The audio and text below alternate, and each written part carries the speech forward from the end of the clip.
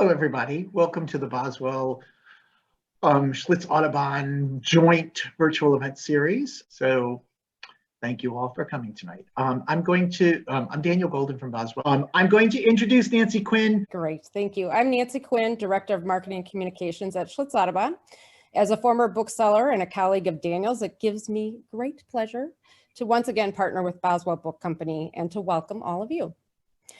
Michelle Nijhuis, in her compelling book, Beloved Beasts, Michelle takes us through the history of modern conservation. She shares the interconnected stories of some who fought hard to deepen our understanding of all species and why we need to protect them. In the end, we see that the work of conservation isn't easy, but it's ultimately the preservation of possibility. Michelle Nijhuis is a project editor at The Atlantic, an award-winning reporter whose work has been published in National Geographic and the New York Times Magazine. She's co-editor of the Science Writer's Handbook and lives in White Salmon, Washington. Tonight, Michelle's in conservation. I've been doing it all day. Conversation. She's in conversation about conservation with Dan Egan, who also uses his incredible skills as a reporter to tell an important story, that of the Great Lakes. Dan has been twice a finalist for the Pulitzer Prize for his Great Lakes reporting at the Milwaukee Journal-Sentinel, and is an author of the best-selling book, The Death and Life of the Great Lakes. This engaging book is a must-read for anyone who cares about our world's greatest source of one of the world's, I guess, greatest source of fresh water. To us, it's the greatest, and including those who rely on it and those who live in it. Dan does ultimately, again, show us how to preserve and restore the ecosystems within our Great Lake. So now I am happy to turn it over to my childhood friend, Dan Egan. Thank you, Nancy. Yes, we went to grade school together. Nancy was in the school band, and we were both drummers, and she drummed me out of the band. She was so good. No. That's not the way it works. No, I want to thank you. I want to thank Schlitz Audubon and Daniel and Boswell for doing this, and my wife for lending me her reading glasses tonight. So, this will be fun. This is my first Zoom interaction like this. Michelle, congratulations on your book. Her book was released on Tuesday, so it's 2 days old. It's just a baby right now. And I know that feeling because 4 years ago, same week, my book came out as a baby, and it's an exhausting process, and it's hard, and it's something that you should feel really good about. Thanks. So, look, yours is so grown up now. I brought it along. yeah, it's a toddler. Yeah. So I guess I'll just come right out of the gate with, though Nancy, for both of us, succinctly talked about what our books are about, but I think the hardest question that I always have, even once a book comes out, is when somebody asks me, what's it about? So, and I'm not asking for a long answer, but what's your book about? Well, I have a short reading, just a couple paragraphs that I think might help. Why don't we start there? And then we can go from there. Okay. Let's see if I can get out of the question that way. So this is just a brief passage from the introduction that I hope lays out the mission of the book. To most of us, the story of species conservation doesn't look much like a story. It looks like a jumble of tragedies and emergencies, obituaries and near obituaries, relieved only by sporadic heroics and temporary successes. It's easy to forget that the world we live in is far richer, thanks to those who found convincing reasons and the required means to provide sanctuary to other species. Without their work, there would likely be no bison, no tigers, and no elephants. There would be few, if any, whales, wolves, or egrets. We can learn from the history of conservation, from its successes and failures, its oversights and insights, for there is still no shortcut through the difficult work of protecting living organisms and the places they need to survive. And there is still no substitute for the emotional connection with other animals and other species, the love of life that inspired the first modern conservationists and continues to sustain so many today. That's really nice. Well, that's a pretty good answer. Yeah, so how did you decide to write the book?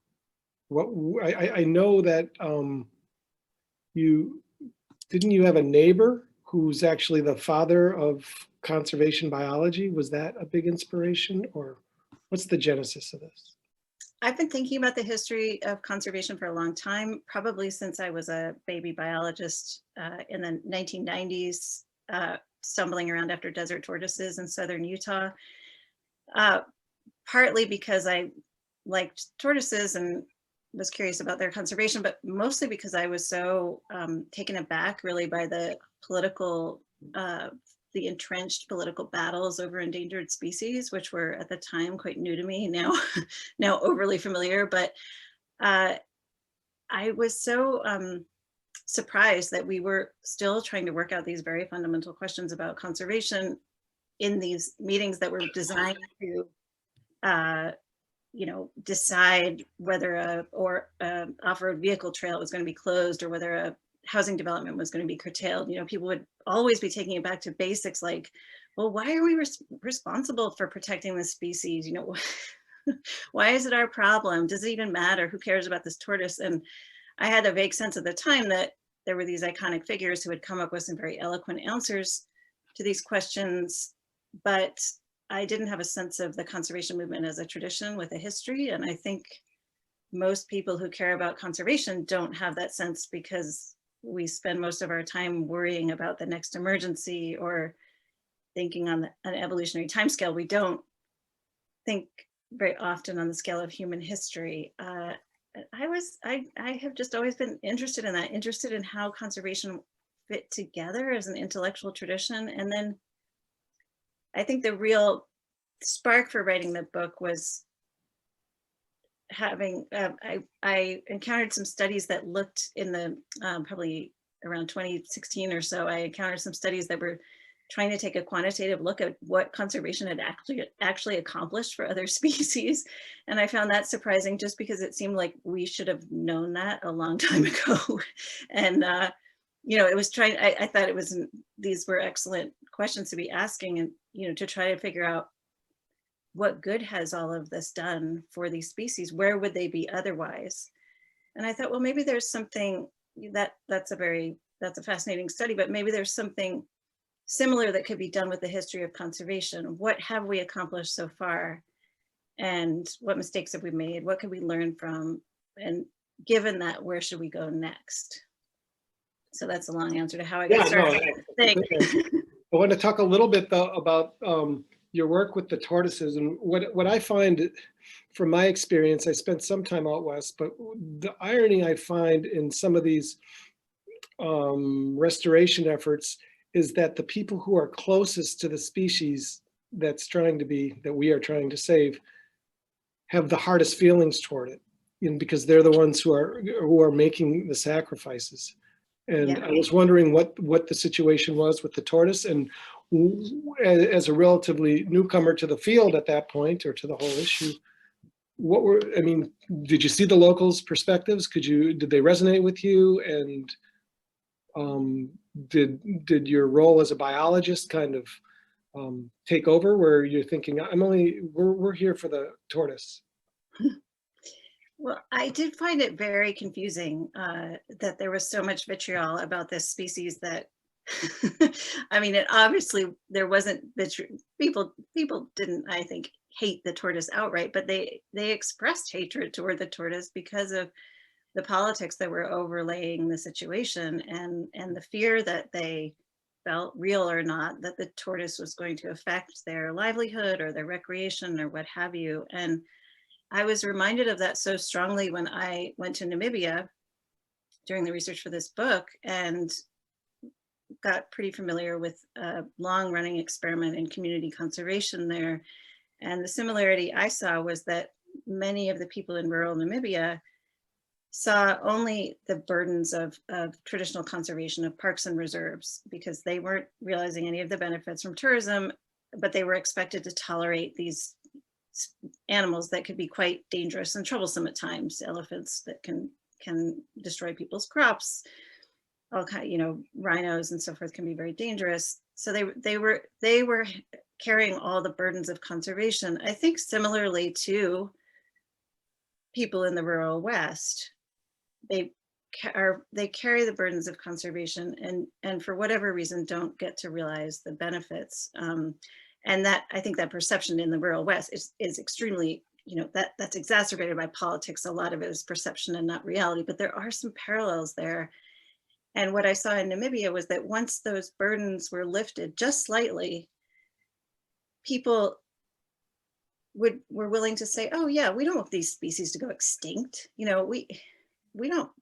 We just want them to, stop bothering us, stop destroying our crops. And we want to realize a few benefits from having them around. And that actually gave me a lot of hope for what I have always felt were these incredibly entrenched politics in the rural West over endangered species, that really blind people to the wonder of these very cool animals.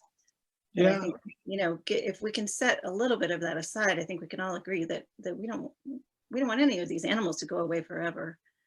No, yeah, that's the tension. Nobody wants the animals to go away, but nobody wants to pay what they think is an unfair price.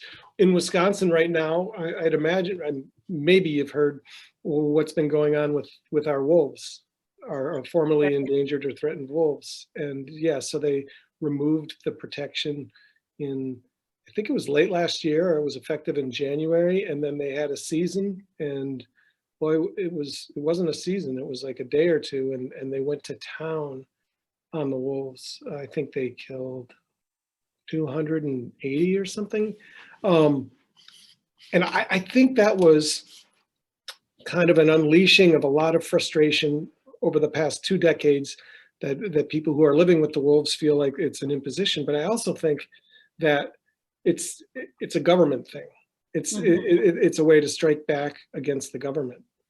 Yeah, but, I think so too. And I was really struck by this, what I read about that event and some of the quotes from some of the hunting groups that had supported it. There was so much vitriol and emotion behind it, and which was a shame to me, as as someone who thinks that hunting can be an extremely useful tool for promoting coexistence among people and other species. To see it used in that way with sort of outright malice was distressing to read about from afar.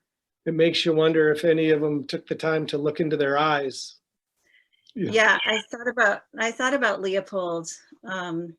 For people who don't know Aldo Leopold, whose name I'm sure that most people have heard of, but famous Wisconsin conservationist Aldo Leopold had a encounter with a wolf in his youth where he shot it without thinking too much about it. It was something that people did very commonly at the time, and as he wrote later, when he went to see the wolf that he had shot, he realized it was a mother wolf with pups, and as she died, he met her eyes. And he later wrote a very well-known essay where he compressed a sort of lifelong conversion to the importance of predators into that one moment. And yeah, I did think a lot about Leopold reading the news of that wolf hunt. He was a devoted hunter, but that was not the kind of hunting he had in mind. Yeah, well, I love the way you enriched that story, because I've heard it. I think it in Think Like a Mountain or yeah. Okay. But right, then our chat has answered that. Yeah. But you went deeper, and you went into the story of his conversion, and it's almost a retelling it is a retelling that he did. I mean, he shot this wolf in his youth, if I remember correctly, and he wrote about it some years later at the prodding of one of his older students, who was, making him, not letting him off the hook in terms of some of his philosophies and in terms of reviling wolves. And so he went back and saw it through a new prism. I think, as you described it in his memory, he went back, and then he realized that, wait a minute, the wolf, is doing the mountain a favor by keeping the deer in control. And that's something I love, the cast of characters in your book, and I love how there's such three-dimensionality to them, or a duality. So they're doing great things, but they've done bad things too. There's something about Leopold, maybe I missed it, but his conversion, later day conversion notwithstanding, he seems to be like really one of the pure good people, or his theories, his philosophies in this book. And he also seems to resonate today just as much as he would have in 1970 or 1960 or 1949. Yeah. Is that your feeling? And what did you learn about Leopold, and was there anything that surprised you along the way? Well, I have always been a fan of Leopold. I have a very dog-eared copy of Sand County Almanac from high school, and I joked that when I started this book, I joked that I was afraid I was going to find something terrible out about all the Leopold, because I found something terrible out about most of the people in the book, which we could talk about. I mean, Yes, you know, yes. these are all very complicated characters, but Leopold, I think the thing that was more or less new to me and that I really came to appreciate about him was that he was so transparent about his own evolution, his own intellectual evolution over his lifetime. Maybe just because he was so prolific. I mean, there's a wonderful archive of his papers at the University of Wisconsin, and I mean, he wrote tens of thousands of letters throughout his life, in addition to being a very prolific public writer. So you can really trace the development of his thinking over his career from someone who cared about nature, but, you know, spoke of predators as varmints, and you know, kind of thought like a hunter of his time, where, you know, he was relatively free to pick and choose species he liked and didn't like, to someone who absorbed the lessons of ecology and came to have this very holistic view of all species and their landscapes and how people fit into that vision. And it's a vision that is old-fashioned in its way. You know, it harks back to an older time, but it's so prescient, and I think it holds up so well today. You know, he was a human being, and there are things he didn't foresee and perhaps would change were he here today, but what he came up with through that lifetime of writing and thinking was it is such an enduring vision of what conservation is about, is preserving relationships between species and landscapes and humans and other species. Yeah, I mean, it really almost seems obvious today that, you know, the interconnectedness of it all, but it was, I guess, radical or revolutionary when he came upon it. It would be interesting to live in a time when that wasn't the case, such as the time of Hornaday, the savior of the bison. Can you talk a little bit about him and his philosophy and what motivated him and his legacy? Yeah, I mean, and one of the pleasures of this book was to be able to put yourself back in these times when, for example, in Leopold's time, it was relatively unusual for conservationists to be talking about protecting habitat at all. You know, he was rather a trailblazer in that way, to be saying we can't just, you know, stop shooting these animals. Like, that's a good start. Let's just stop overhunting. But we have to protect their food, and we have to protect the land that they need. And it seems so obvious today, but it was quite a head turner at his time. And Hornaday, similarly, who was working in the late 1800s and early 1900s, was a taxidermist and trophy hunter of all things, who became aware that bison were going extinct all over the Great Plains. And this was, you know, it was just a few decades before that Darwin had published On the Origin of Species, in which he mentions kind of in passing that humans could be responsible for global species extinction. And people at the time that Hornaday was working, they were, you know, perhaps aware that, okay, a bird like the dodo had, you know, could go extinct on an island, an isolated island, but they just weren't that familiar with the idea that human activities could drive a really abundant, physically large species extinct. So Hornaday, in a way, was ahead of his time by saying, look what's happening out here on the plains. You know, I can't even get any bison specimens to display here at the Smithsonian because they seem to be, the live animals seem to be disappearing. So So can you talk a little bit, I just, the irony of his trip out to Montana to shoot some buffalo because they're all going to be gone soon. Let's get some that we can stuff before we can't have any hides to stuff. Yeah, exactly. His reaction to this terrible, which he seemed to be genuinely shocked and upset about, was to say, great, let's go out to Montana and, hunt down a couple dozen of the last surviving bison. And he did, to his credit, he did shoot some bison, and he did construct a very famous attention-getting display at the Smithsonian. You can still see it in Montana where it's been moved, but that at the time, when people couldn't see bison, most people, on the urban coast couldn't see bison up close, we didn't have beautiful nature films where it was easy to get an idea of what these animals were like. Taxidermy was what we had. And so people came to see this display that looked, it was set in a natural setting. It looked like a family of bison, grazing in Montana, and they were just astonished by it.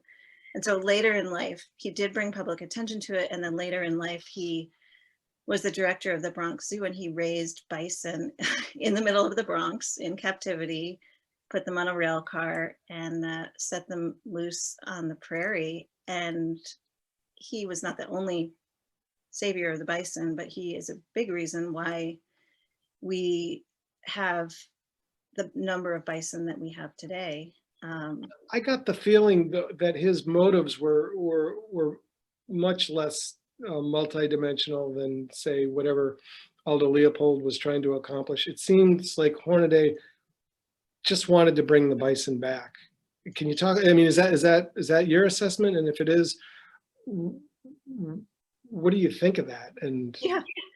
I mean, Hornaday is one of the most complicated characters in the book, but also I think one of the most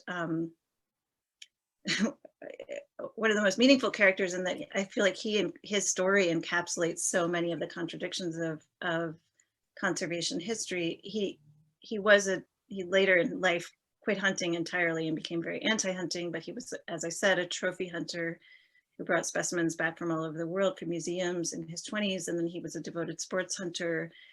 And the supporters he recruited to help him with his cause of returning the bison to the plains were mostly wealthy white sport hunters, and their reasons for restoring the bison were all wrapped up with their notion of what was happening to white masculinity as people's professions became more sort of indoors and urbanized, and there was the widespread fear that white masculinity was sort of wilting away in offices at the time, and they were motivated to preserve this sort of, as Theodore Roosevelt called it, this strenuous life where people went out and hunted bison and tested themselves against the wilderness. So what they did had results that we still appreciate today, but their motivations really didn't have a lot to do with the bison themselves, and didn't have a lot to do significantly with the Native Americans whose culture was destroyed by the slaughter of the bison. I think the happy irony is that today, because of Hornaday's efforts, those have made possible what's happening today, which is an enormous and I think incredibly encouraging tribal-led effort to finish what Hornaday started and return bison to the prairie in an ecological sense. So it's redemptive in so many ways, and that the tribes are leading the way in bringing the bison back and having them start to reclaim their original migration patterns across the prairie and start to change the prairie as they used to ecologically. Yeah, it's interesting that you talk about people who do the wrong thing for the right reasons and the right thing for the wrong reasons, and yeah.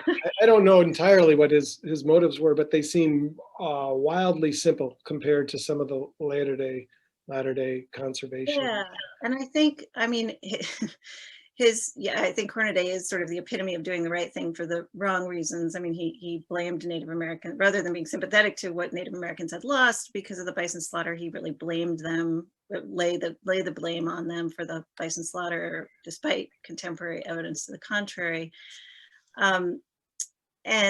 But to give him some credit, the science of ecology was quite young at the time, and so he didn't have that sense that ecology has given the conservation movement that it's about more than just saving one species at a time. I mean, he was essentially treating bison like livestock and raising them and plunking them out on the prairie. And that was good because then we had some surviving bison, but he wasn't aware that they had played a role in the ecosystem. You know, it's the science was so young. And so Leopold had the advantage of being informed by that. And so he was able to, I think, just construct a much more sophisticated vision than Hornaday was.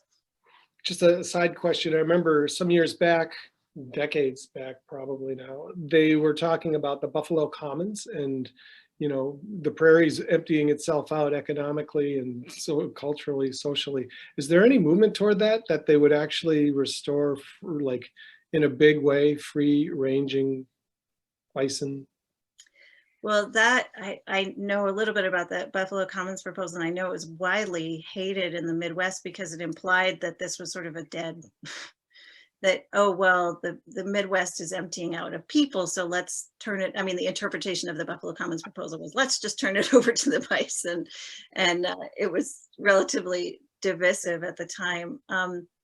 There are, yes, I mean, there is the American Prairie Reserve, which is trying to use land purchases and easements in eastern Montana to establish interconnected habitat for a herd of bison so that they can move freely across the prairie. But on a larger scale, this tribal-led coalition that is returning bison to tribal land for a constellation of cultural and ecological reasons, I think is really exciting because they are now working with federal land agencies to try and enable bison to move freely, for instance, between the Blackfeet Reservation in Montana and Glacier National Park. And it would just be, I think that there's a very real possibility that in the next few years, we'll be seeing these animals. That would be neat and great. Move over borders as they used to. Yeah. It may mark a moment where we start to make more room for the natural world. I've seen the slaughters at the edge of Yellowstone National Park when they leave the park in certain winters under certain conditions. Right. You don't see the border and they get gunned down. But yeah. Enough about the bison. Yeah. Because what I love about the book is that you don't organize it around animals, you organize it around people who care for the animals, and it's got such a rich cast of characters. And I would like to talk a little bit about, is it Rosalie? Is that how? Yeah. Yeah. Can you tell us a little bit about her and her influence on the evolution of conservation in America? Yeah, absolutely. I love Rosalie Edge in part because she showed up on the scene when the conservation movement, Hornaday and Teddy Roosevelt and their prominent friends had done some great work on behalf of the bison and other animals, but had established a conservation movement that was, as I said, you know, very led by wealthy white sport hunters, and you know, very concerned with saw some of these iconic animals as sort of a symbol of the nation, in some cases a symbol of the white race, and they had also become fairly complacent. They like any institution, conservation, after conservation had been around for a while, its own institutions became somewhat invested in the status quo. And Rosalie Edge was a wealthy Manhattanite herself. In her 30s, became very active in the suffrage movement, like a lot of wealthy women at the time. For her, who grew up not being encouraged or allowed to have a career, the suffrage movement was this incredible, you know, eye-opening experience where she was able to use her brain and gained, more importantly, I mean, not more importantly, but equally importantly, gained some activist chops. And after the suffrage movement won the right to vote for women, both in New York State and nationally, she became interested in conservation. And when she, like other women with her background, she showed up in the conservation movement and said, well, you know, you guys need some help. You know, you need to sort of think bigger. It's not just, conservation isn't just about the species that you want to hunt. It should be about all species And you should, you should be a bit more radical. You shouldn't be quite so cozy with gun makers and ammunition makers. And her big showdown with the Audubon Society board came when she found out that they were not actively opposing a bounty that had been placed on bald eagles in Alaska, because at the time, a lot of hunters, even those who were conservation minded, didn't really like birds of prey. They saw them as sort of competing with them, and they thought they were just, kind of nasty scavengers. Even though the bald eagle was their national bird, they didn't want to spend a lot of time protecting it. They also didn't think it was in danger. Rosalie Edge said, "This is nuts. Conservation should be about all species." So she made herself a real pain in the neck and Ruffled some feathers, so to speak. And I think, like many women who came to conservation from the suffrage movement, helped turn conservation into a more grassroots movement, into a more inclusive movement, and into one inclusive in the sense of including more people, but also inclusive in the sense of protecting all species. for their inherent value, not just their sporting value. Not just their sporting value. I mean, it's, conservation has always, people have always had multiple reasons for conserving species. And I think every individual carries with them multiple reasons for protecting species. And we all have our preferences, but she made it very explicit that conservation should be about protecting relationships, protecting all species and the relationships among them. And that stuck. I mean, it carries all the way through today. And you wonder what would have happened if that voice and those voices weren't heard that early in the evolution of it. Yeah, it would have. She was, I guess you could call it, self-educated in ecology. She had a talent for finding really interesting mentors, and learned a lot about ecology just on her own. She was a devoted bird watcher, so she brought those ideas into conservation quite early on, and I think all for the benefit of the movement. Can you talk a little bit real quickly about the mountain that she bought? She, after making herself a real nightmare for the Audubon Society, she several years later found out that there was a ridgetop in Western Pennsylvania where sport hunters used to go during the fall hawk migration, and basically it was a place where topography and wind currents concentrated birds as they were moving through the area, and sports hunters, thinking again that these birds were just kind of gross scavengers, or that they would there was a lot of fear that they ate a lot of chickens and poultry at the time, and so they would just go to the top of this ridgeline and pick off, dozens or even hundreds of hawks at a time. And Rosalie Edge saw some pictures of dead hawks just lined up on the forest floor and said, this place should be a sanctuary. So she made it her business to buy it, and then also very presciently suggested to the caretaker that she hired that he start counting the numbers and species of hawks that flew over during the migration. That was in the 30s. And so they started a more or less continuous very detailed record of the hawk migration year by year that they have kept up.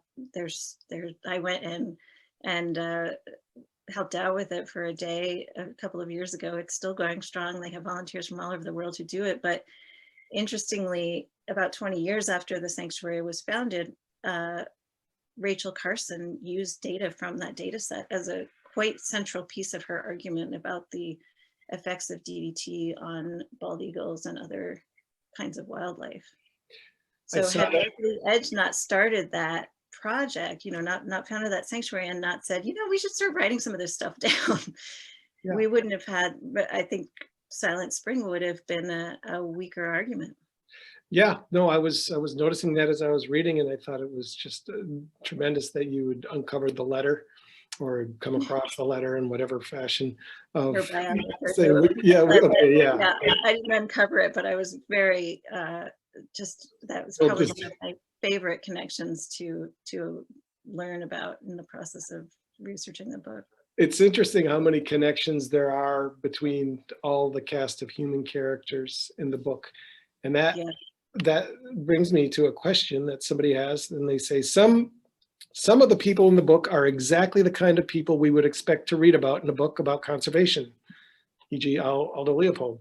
But what I found so exciting reading this book was learning about all the people I had never heard of. How did you discover the individuals you wrote about? What was the process? Let me add to this question. Yeah, so how did you go about building this book? Did you think, I've got character A, B, C, and D, and I want to link them together? I have animal A, B, C, and D. Or did you have a progression of, or a thought of the progression of the whole field of ecology, and you would want to kind of document that in a way that has not yet been done? Or what was the plan, and how did you I execute? feel like everything I say now is going to make it sound much more organized than it actually was. So take that as a caveat, but because there is definitely in the process of writing a book, there's a lot of feeling around in the dark. I did have a sense of, that I had a broad sense that conservation had evolved from, let's stop shooting individual iconic species to the point where they are almost going extinct, to this much more sophisticated understanding of ecology and what was important to save and why, and how much of it needed to be saved. So, I knew that was the general arc of the book. And I had some people in mind. I knew Aldo Leopold was going to be in there. And then I had certain turning points in mind. When did conservation really become an international movement? When did it start? When did it move from being something that relatively affluent people in North America and Europe were concerned about, and become something that become a movement that was trying to protect species from extinction worldwide? When did the modern conservation movement take that turn? And so I wanted someone who encapsulated that step, and that's how I made that. That's how I chose Julian Huxley. I mean, I had known about his work, but as I read more about him, I realized, oh yeah, he was right in the middle of this turn in the movement. So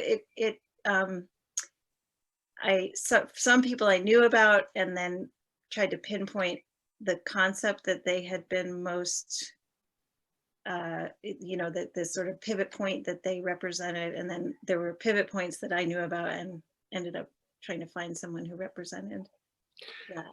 Did you relish or enjoy finding, like when you talk about Huxley, he was also a eugenicist. Is that the word? Yeah. And Hornaday, he put a human in a cage right in the Bronx Zoo to live with a chimpanzee, to show like some kind of make a living diorama, which is just horrific. As a writer, when you found this stuff, did you think, ooh, I don't know if I want to get into this, or did you think this is important? I always knew that I wanted to acknowledge it.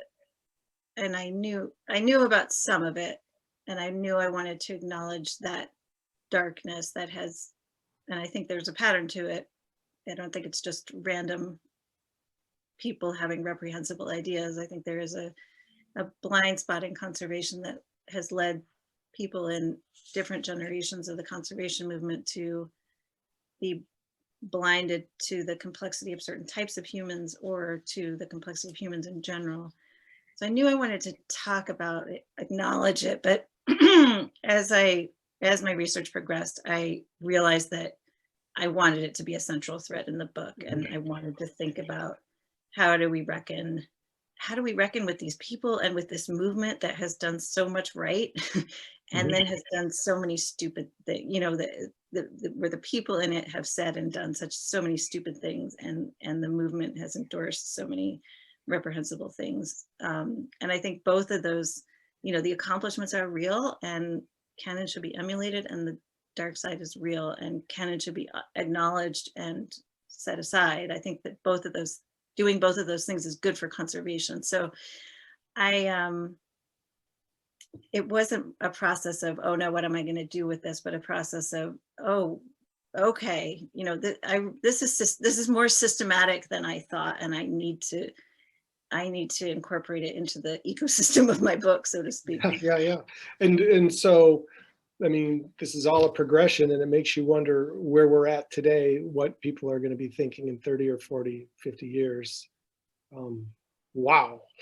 Are there any things, any efforts, any ethics, any philosophies driving the conservation movement today that you think will be outdated in 2050? That's kind of an out there question, but if you have an answer, I'll take it. No, it's a good one. Well, I can say what I hope. I hope that things like the community conservation movement, which I won't go into detail about, but enough to say it's a movement that started in Africa and is an effort to I mentioned it earlier, it's an effort to devolve conservation authority to the grassroots level, where it's been missing since colonial times, to restore that level of the conservation pyramid, so to speak, so that people can work at the grassroots as well as at higher levels to conserve other species. I hope that those kinds of efforts will be more in the mainstream of the environmental movement and conservation movement, and that the professional conservation movement, the institutional conservation movement, if we can call it that, will emphasize the importance of those kinds of efforts, because they broaden the conservation movement in a way that I think is desperately needed, in that they show that conservation can't be something that should be done just by a few people. It shouldn't be a special interest. It should be something, I mean, after all, we're talking about our own life support system. You know, we desperately need to broaden this movement to so that it's not simply about building walls around unpeopled landscapes. As important as large reserves are, that can't be our only tool. We have to have ways of helping people and supporting people as they live with other species, and live in different kinds of relationships with them. You know, we have to, as I said before, I think the conservation movement should be thinking a lot more about easing the short-term costs of conservation for ordinary people and increasing the benefits so that people are able to overcome those short-term barriers and realize those long-term benefits. Because conservation always costs something in the short term, usually costs something in the short term, but it has huge benefits in the long term, including our own survival as a species. So we got to get there. And that brings me to thinking about your discussion of the tragedy of the commons and how and first of all, can you explain to people real quickly what the concept is? I know it's well known, but it wouldn't hurt. And then, you go, you know, pretty good ways to explain. It's in a way, it's really cynical. I mean, and it's kind of it makes everything seem very dire. And that kind of, to me, is getting at the essence of what your book is ultimately about. It's that, yeah, things. I mean, I guess things are dire, but they could be much worse, and that doesn't mean we shouldn't be trying. So talk about the tragedy of the commons, if you would, and then explain why that is not necessarily our future. Yeah. Well, people have probably heard the phrase tragedy of the commons. It comes from a paper that was published in the journal Science in, I think, 1968. I think I have that right, by a man named Garrett Hardin, who was an ecologist and especially later in life, became quite virulently nationalist and anti-immigration. He had quite a few axes to grind, but his idea is pretty generous to call it a theory, but his idea in the paper, The Tragedy of the Commons, was to say, look, if you leave humans to their own devices, every individual human is going to take as many resources as they possibly can, and that's going to destroy the available resource. And the only solution to this, he called it the tragedy of the commons, the only solution to this, he said, was either to total government control, authoritarian solutions, or total privatization. There was we basically just lacked the ability to manage resources cooperatively. And this has had I mean, this expression has had huge staying power. I know I've used it myself. I think one of the reasons why it has such staying power is that we do witness it so much in our daily lives. Like if you've been in a traffic jam, you witness the tragedy of the commons. If you've been in a terrible public bathroom that is full of litter, like that's the tragedy of the commons. It happens on a small scale all the time. But what many researchers have found since, and even we're finding out at the time, most prominently a Nobel Prize winning economist named Elinor Ostrom, is that humans are perfectly capable of cooperatively managing resources. They just need a certain set of conditions, including, the boundaries have to be clear. They have to have they have to govern themselves according to certain basic rules. But once those rules are in place, people can, there are systems that have been in place for centuries where people have successfully provided themselves with a livelihood, but also provided a means of sustaining the resource, whether it's pasture, or water, or forest, or other species that they've hunted for shelter or food. It's a success story that's just not well known enough even in the social sciences, though Elinor Ostrom's work has spawned a whole field that is ongoing, but it's really not well known in the conservation movement. And I think many, and this is speaking extremely generally, but I think many conservationists are still stuck in this tragedy of the commons mindset where, whoa, if we let people, if we let people loose, they're just going to screw it all up. And the reality is people need to be a part of conservation, and people do have a negative effect on other species. We know that well, but they can have a constructive effect. And when I was saying where I hope we're going to get in the next 50 years, I hope we're going to, the conservation movement will be doing a lot more to ensure that people have a constructive effect on conservation rather than just prohibiting them from having a negative effect. Yeah, I wonder if it's almost a necessary step in the progression along the way. And I'm thinking specifically about the lake that is about 100 yards over there and what happened to that historically. I mean, it was full of fish and people just went at it and fished it out. And so now it's Lake Michigan, and there are 4 states that have joint ownership of Lake Michigan. And since the fish population crashed in the 1960s, they've put together a commission that manages the fishery cooperatively, both in terms of how much we want to take out, but how much we want to put in. There's a lot of stocking that goes on. And I just don't know if that kind of a management situation would have been possible if we were to, arrive on a shore of a pristine Lake Michigan. I think this is kind of cynical, but human nature is let's go get it. And then you realize, wait, it's not inexhaustible. We need to figure out how to keep this thing going for the benefit of us and the intrinsic value of the creatures in the lake.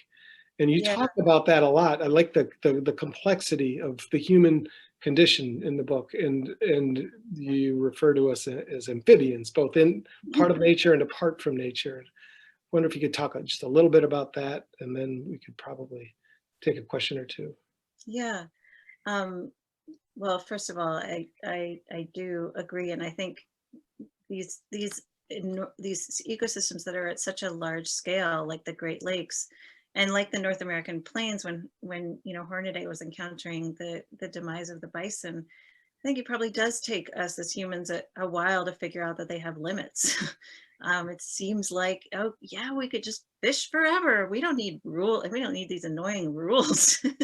And we have had to learn, and I do hope we remember the lesson, but we've had to learn through hard experience that no matter how big the ecosystem is, it does have limits. And these systems that Elinor Ostrom studied that have been successful for a long time were by and large smaller, where the limits were obvious.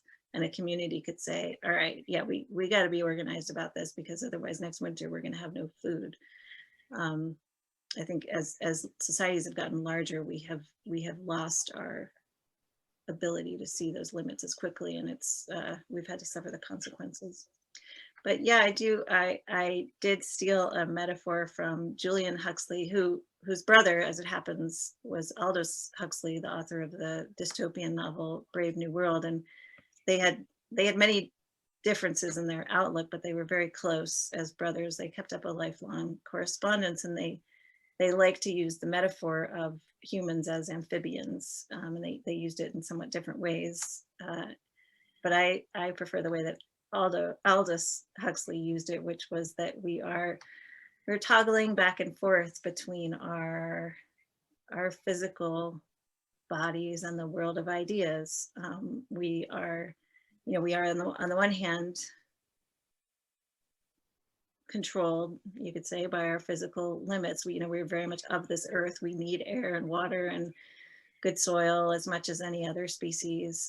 But we also are an unusually complex species, which is not to say we're better than any other species, but we do have some skills we can share with other species. And Aldous Huxley was very aware of that, and I think saw that he laid out a kind of either or scenario in his dystopian novel Brave New World, and later in life came to regret that and said, there really should be there should be a middle path between this kind of techno dystopia and this completely rejection of all technology. There should be a middle path, and I like that idea very much, not only because I have loved frogs since I was a little kid, but I love the idea of us as amphibians, remaining aware of our physical humanity and our dependence on the rest of life for survival, while also bringing our sophistication, with a sense of humility, bringing our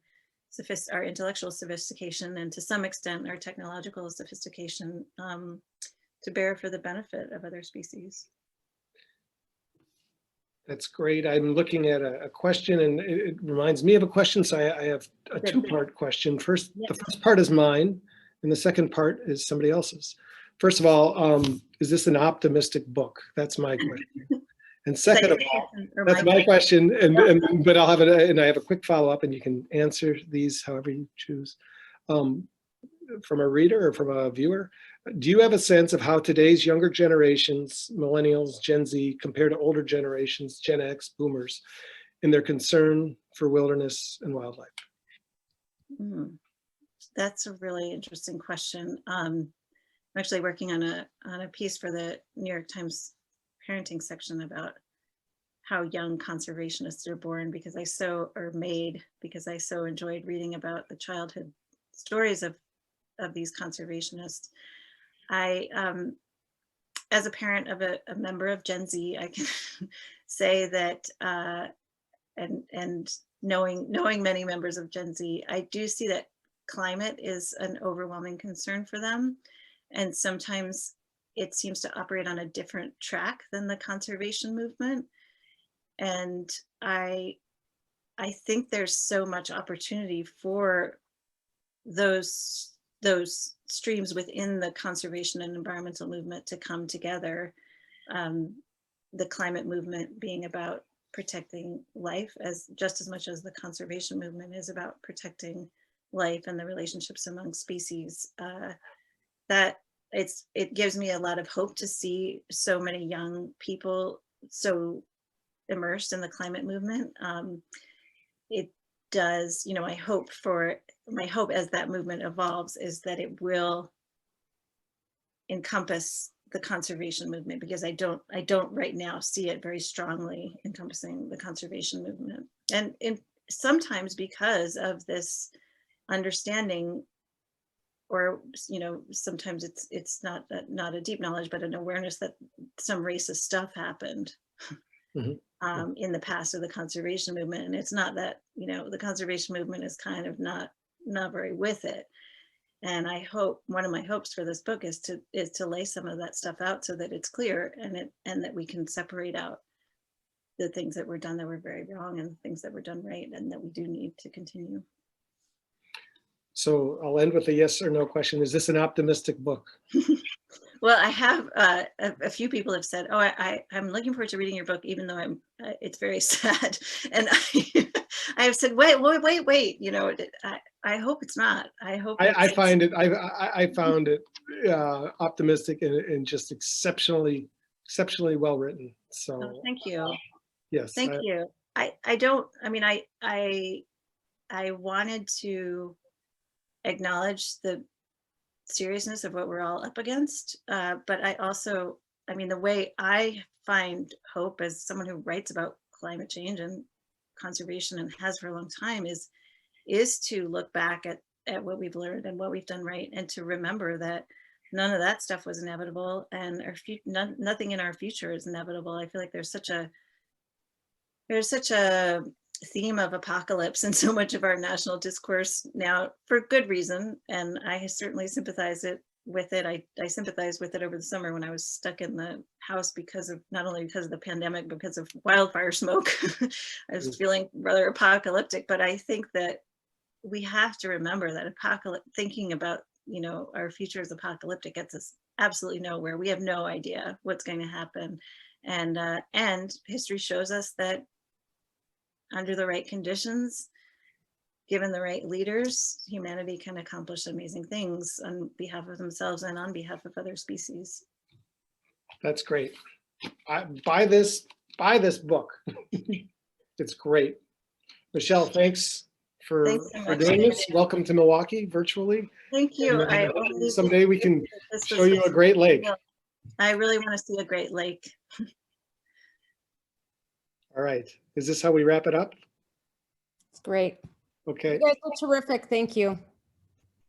All right. Thanks, everyone. Thanks for coming. Thanks, Nancy and Daniel.